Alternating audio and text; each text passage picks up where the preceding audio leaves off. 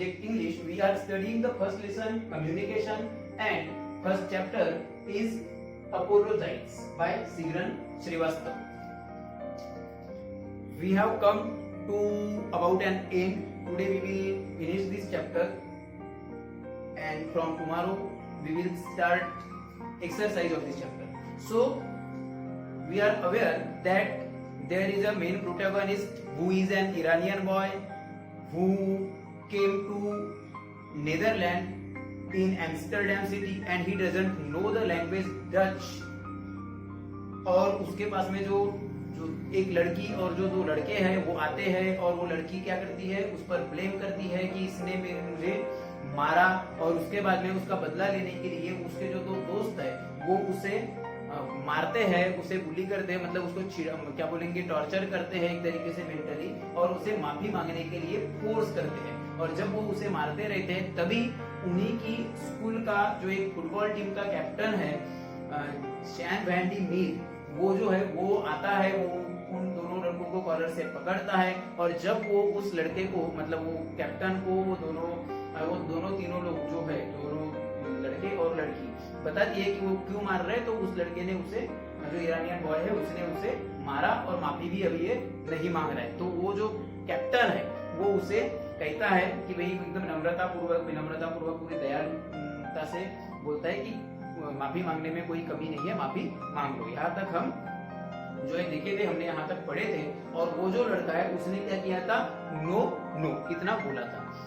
आपको एक होमवर्क भी था कि why do you think the boy is not apologising, कि क्यों आपको ऐसा मतलब आपको ऐसा क्या कारण लगता है जिसके वजह से लड़का माफी नहीं मांग रहा। शायद आप लोगों ने आंसर जो लिखा ही होगा और अगर लिखा है तो शायद सही होगा, मतलब आई मीन टू से you would have guessed the answer correctly, आपने वो सही तरीके से गेस किया होगा। एग्जैक्ट क्या है वो बस लास्ट की 4 लाइन बची है इस चैप्टर की, वो हम इस वीडियो में फिनिश करेंगे। Why not, for God's sake why not, because the boy's voice rose. तो जो लड़का है जो जैन वैन डी मीर है उसने पूछा, फिर से पूछा कि क्यों नहीं, भगवान के लिए इतना तो बता दो कि क्यों नहीं आप माफी मांग रहे, क्योंकि उसने नो नो बोला था, है ना। तो फिर लड़के ने बोलना शुरू किया, बिकॉज बोले क्योंकि द बॉयज वॉइस रोज, अब उसका आवाज थोड़ा सा निकलने लगा, because I not know apologise, I know understand apologise, I speak little Dutch, very little Dutch, please forgive. क्या बोला उसने, बोले क्योंकि मुझे अपोलोजाइज पता नहीं है, मैं नहीं जानता कि अपोलोजाइज क्या होता है। बोले मुझे अपोलोजाइज नहीं समझता, क्योंकि बोले मुझे जो डच लैंग्वेज है थोड़ी सी डच आती है, और बोले थोड़ी सी भी क्यों, मुझे बहुत ही कम आती है, मतलब थोड़ी सी से भी कम थोड़ी आती है बिल्कुल। और बोले करके क्या कर दो, मुझे माफ कर दो, प्लीज फॉरगिव, मुझे माफ कर दो। इतना बोलकर उस लड़के ने अपना जो सेंटेंस है वो फिनिश किया। आपको इससे क्या सीखने मिल रहा है, कहीं ना कहीं कि आखिरकार ये जो लड़का है ऐसा तो है नहीं कि ये माफी नहीं मांगना चाहता था, ये माफी मांगना चाहता था। आखिरकार तो उसने बिल्कुल शॉर्ट प्लीज फॉरगिव बोला ही, और ऐसा भी नहीं है कि उसे अपोलोजाइज मतलब माफी मांगना होता है करके पता था और करके उसने फॉरगिव बोला, ऐसा भी कुछ नहीं है। क्या है कि उसे एक्चुअली क्या बोल रहे वही समझ में नहीं आया और करके उसने क्या बोला, मुझे माफ कर दो, अपनी लैंग्वेज में बोला। अपनी लैंग्वेज में मतलब जो ईरानियन में वो जो बोलता था माफी के लिए फॉरगिव, तो उसी तरीके से उसने बोला कि प्लीज फॉरगिव, मुझे माफ कर दो। पर सेम चीज अगर ये एक वर्ड की वजह से, ये अपोलोजाइज वर्ड की वजह से ये कितना इंसिडेंट हुआ, कितना पैनिक सिचुएशन उस ईरानियन बॉय को उस पैनिक सिचुएशन से जाना पड़ा, उसको कितनी तकलीफें हुई, ये हमको इस चैप्टर से पता चलता है। इसके वजह से सिर्फ एक वर्ड का मीनिंग पता नहीं होने की वजह से कि अपोलोजाइज का मतलब एक्चुअली उसके पास में अपोलोजाइज का सिनोनिम था, फॉरगिव का मतलब वही होता है माफी मांगना, और इंग्लिश में तो दोनों वर्ड का सेम ही मीनिंग होता है, इंग्लिश में दोनों सिनोनिम है, फॉरगिव और अपोलोजाइज।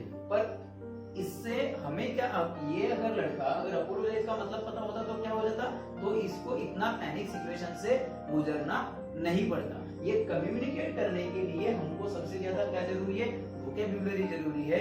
हमको उसी कारण से जो आप चैप्टर पढ़ते हो, हम जब चैप्टर पढ़ते हैं तो आपको ग्लॉसरी दी जाती है। ग्लॉसरी मतलब वो जो वर्ड्स है वो वर्ड्स दिए जाते हैं, उसमें अगर हम लर्न करेंगे तो हमको क्या होता है, उसके सिनोनिम्स पता चलते हैं, उसके सही मीनिंग्स पता चलते हैं, and we can use those words at apt situations. जब हम किसी सिचुएशन में जाते हैं तो हम जो है वो जो बेसिक वर्ड्स है वो भी यूज कर सकते हैं, otherwise we can also use synonyms of those words, हम सिनोनिम्स भी यूज कर सकते हैं। तो हमको करके कम्युनिकेशन करने के लिए वर्ड्स वोकैब्युलरी कितनी जरूरी है वो इस चैप्टर से सीखने मिलती है। फिर ये जो सिगरेट श्रीवास्तव है इनके बारे में हम वैसे आपको स्टार्टिंग में तो मैंने बताया नहीं था, जब चैप्टर हमने स्टार्ट किए कि सिगरेट श्रीवास्तव को पिक्चर भी आपने देखे ही है। तो सिगरेट श्रीवास्तव जो है she has written over 25 books for children of all age groups, an artist by profession, she regularly exhibits her sculptures in India and abroad। ये कौन है? ये जो सिगरेट श्रीवास्तव जी है, इन्होंने 25 से ज्यादा किताबें लिखी है सभी ग्रुप के बच्चों के लिए, वो किताबें हैं। और ये आर्टिस्ट है, कलाकार है प्रोफेशन से, ठीक है, राइटर तो है ही, उसके अलावा प्रोफेशन से कलाकार है, आर्टिस्ट है। और वो जो है जो स्कल्पचर जो भी मतलब जो भी बनाते रहती है, जो भी नौकरी करती है, उसका भारत में और भारत के बाहर विदेशों में भी उसका एग्जिबिट्स, उसका प्रदर्शन करती है, एग्जीबिशन लगाती है। Her interest as an artist and a writer comes together in her special picture books for pre-school children। और क्योंकि वो आर्टिस्ट है और वो राइटर भी है, तो दोनों का जो कॉम्बिनेशन है वो उन्होंने यूज किया है एक पिक्चर बुक में, जो प्री स्कूल के जो चिल्ड्रेन है, मतलब जो नर्सरी के जीवन के वगैरह के जो बच्चे, उनके लिए जो उन्होंने पिक्चर बुक बनाए हैं, उसमें उन्होंने जो है अपनी आर्ट का और राइटिंग का दोनों का कॉम्बिनेशन करके यूज करके किताब लिख के लिखी हुई है। Her interesting writing style makes her works appreciated among the readers। और उनकी जो राइटिंग स्टाइल है, जो हमको इस चैप्टर में भी देखिए, इतना बड़ा चैप्टर था पर हमको कहीं भी बोर नहीं हुआ, हमको ऐसा लगा कि आगे क्या होता है, हमको क्यूरियोसिटी क्रिएट हुई हमारे मन में, है ना। तो करके उनकी जो राइटिंग स्टाइल है वो इंटरेस्टिंग है, मजेदार है, और उसके वजह से जो है रीडर्स ने उनकी राइटिंग स्टाइल को ऑलवेज अप्रिशिएट किया है। तो ये उनकी राइटिंग स्टाइल के बारे में सिगरेट श्रीवास्तव की। अब आपके लिए जो होमवर्क है वो देखिए, होमवर्क क्या है, आपको सबसे पहले तो ये जो आंसर ओरली है, आंसर ओरली है, यहाँ पे आंसर ओरली बोला है, बट हम जो है हम ओरली आंसर तो बोल नहीं सकते, हम दे नहीं सकते, इसलिए नहीं दे सकते because we are learning through online education, right. So we are not in a class. So आपको क्या है, ये जो एक क्वेश्चन है, वैसे भी हम पिछले क्लासेस में भी आंसर ओरली के क्वेश्चन आंसर जो है वो लिखते भी थे, तो इस बार भी आपको आंसर लिखने हैं। क्वेश्चन क्या है, मैं क्वेश्चन बता देता हूँ आपको। Do you think creating someone to apologize or be bullied, ठीक है, is a sign of strength? Why or why not? मतलब क्वेश्चन सिर्फ इतना ही है कि क्या आपको किसी के थ्रू किसी से माफी मंगवाना, उसके लिए, या बुल्ली मतलब माफी मंगवाने के लिए किसी से जबरदस्ती माफी मंगवाना, या उसके लिए बुल्ली मतलब उसको टॉर्चर करके उससे माफी मंगवाना, क्या आपको मतलब सही लगता है? स्ट्रेंथ मतलब जो सही, जो क्या बोलेंगे, सही तरीके का लगता है क्या? अगर लगता है तो क्यों, और नहीं लगता तो क्यों नहीं, ये आपको लिखना है। उसके ये पहला होमवर्क हो गया राइट आंसर ओरली वाला। फिर दूसरा और एक होमवर्क है solve MCQs and word quiz. तो एमसीक्यूज आपको कहां पे मिलेंगे? पेज नंबर 12 में। यहाँ पे 4 क्वेश्चंस है, there are 4 questions, you have to take the correct answer. And word quiz, you will get word quiz on the next page number 13। तो यहाँ पे आपको वर्ड क्विज भी मिलेगा, इसमें कुछ नहीं करना, इसमें प्राइड जो वर्ड है उसका एडजेक्टिव फॉर्म लिखना है कि प्राइड वर्ड का एडजेक्टिव फॉर्म क्या है।